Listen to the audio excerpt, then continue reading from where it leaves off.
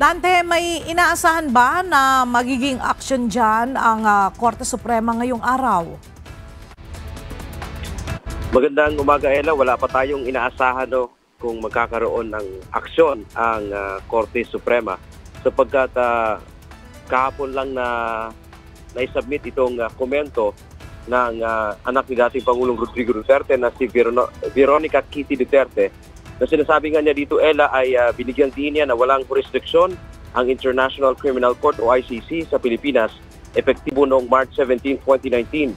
Dagdag pa nito, bigo rin ang ICC na i-exercise ang jurisdiction nito sa tamang panahon, partikular sa kaso ng war on drugs. Hiniling-an niya ng ICC prosecutor ang pag-iimbestiga noong March 2021 kung saan 2 taon na mula nang kumalas ang Pilipinas sa ICC.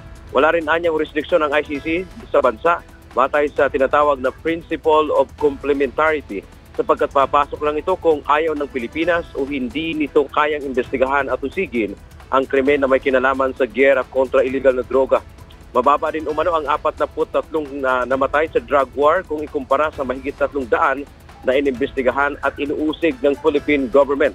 Patunay din anya ang pag-atras ng Office of the Solicitor General na ipagtanggol ang gobyerno sa petisyon na iligal ang pagkuha at paglipat sa dating Pangulo sa ICC.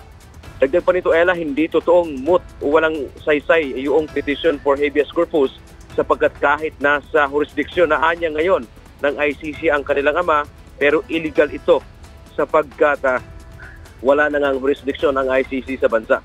Samantala, Ella, kanina lang ay hiningan din natin ang reaksyon si Justice Secretary Crispin Remulla hinggil dito sa naging sagot ni Kitty Duterte. Subalit ayon kay Remulla ay ayaw muna niya magkomentaryo sapagkat labag ito sa sub-judice rule.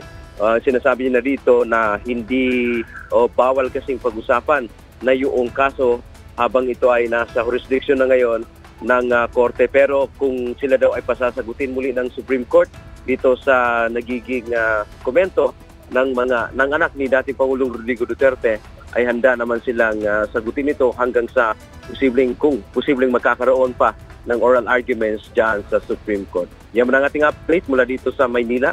Balik sa iyo, Ella. Maraming salamat, Dante Amento.